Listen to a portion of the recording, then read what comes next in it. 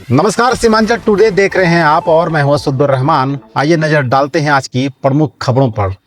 सरकार ने बढ़ाया शारीरिक शिक्षकों, रसोइयों और रात्रि पढ़ाइयों का मानदेय, नई सेवा शर्तें होंगी लागू। बिहार विधानसभा चुनाव से पहले कांग्रेस की मुश्किलें बढ़ी, तेजस्वी यादव घिरे विवादों में। बिहार के एक और आरजेडी नेता का ऑडियो हुआ वायरल, मचा सियासी बवाल। मोबाइल नीति पर तेजस्वी यादव का बड़ा बयान, चुनाव आयोग को भी घेरा। 90 साल के बुजुर्ग को मृत घोषित कर उसके बेटे ने बेची जमीन, डीएम के पास पहुंचे न्याय के लिए। बाहुबली नेता आनंद सिंह को पटना हाई कोर्ट से जमानत, फायरिंग केस में जल्द होंगे रिहा।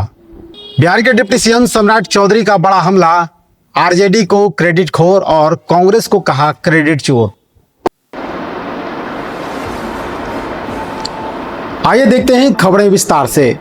बिहार कैबिनेट ने बड़ा फैसला लिया है और मानदेय को बढ़ा दिया है और नई नियमावली को लागू किया गया है। मुख्यमंत्री नीतीश कुमार की अध्यक्षता में बैठक हुई जिसमें 36 प्रस्तावों पर मंजूरी दी गई है, जिसमें शारीरिक शिक्षा अनुदेशकों का मानदेय बढ़ाकर 16,000 कर दिया गया है, जबकि रात्रि पढ़ाइयों का मानदेय 10,000 रुपये किया गया है।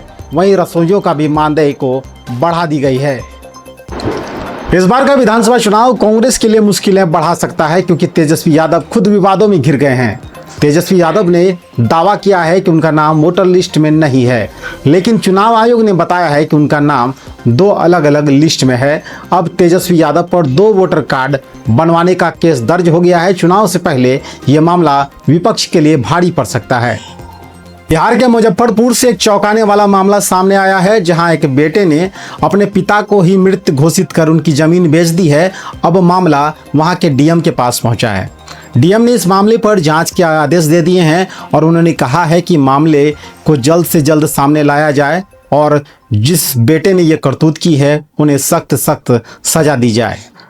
बिहार में डोमिसाइल नीति लागू होने के बाद तेजस्वी यादव ने बड़ा बयान दिया है। साथ ही साथ उन्होंने आयोग को घेरा है और सुप्रीम कोर्ट को धमकी दी है। तेजस्वी यादव ने कहा है कि सरकार की डोमिसाइल नीति हमारी पुरानी मांग है, लेकिन चुनाव आयोग की कार्यशैली पर उन्होंने सवाल उठाए हैं। उन्होंने कहा कि हमारे सवालों का जवाब क्यों नहीं दे रहा है चुनाव आयोग, और बात यहां तक पहुंची है कि अब मामला सुप्रीम कोर्ट तक ले जाने की उन्होंने तैयारी शुरू कर दी है। बिहार के डिप्टी सीएम सम्राट चौधरी ने विपक्ष पर तीखा हमला किया है। उन्होंने आरजेडी को क्रेडिट खोर और कांग्रेस को क्रेडिट चोर कहा है। ये बातें उन्होंने सोशल मीडिया एक्स पर ट्वीट कर कहा है। बिहार के डिप्टी सीएम ने कहा है कि 55 साल की कांग्रेस राजद सरकार कुछ नहीं कर पाई, ना रोजगार दिया, ना व्यापार दिया और ना ही जातीय जनगणना ही करा पाई। अब एनडीए सरकार काम कर रही है तो ये लोग झूठा क्रेडिट लेने में जुटे हुए हैं। बिहार के एक और आरजेडी नेता का ऑडियो वायरल हुआ है, जिसमें वो गाली गलौज करते नजर आ रहे हैं। इससे पहले आरजेडी के विधायक भाई वीरेंद्र का भी एक ऑडियो वायरल हुआ था। इस ऑडियो वायरल होने के बाद पूर्व विधायक राजेंद्र राम ने कहा है कि वो अपनी समधी से बात कर रहे थे, जो साजिश के तहत उनके ऑडियो को लीक कर दिया गया है। लेकिन विपक्ष ने आरजेडी को घेरना अब शुरू कर दिया है।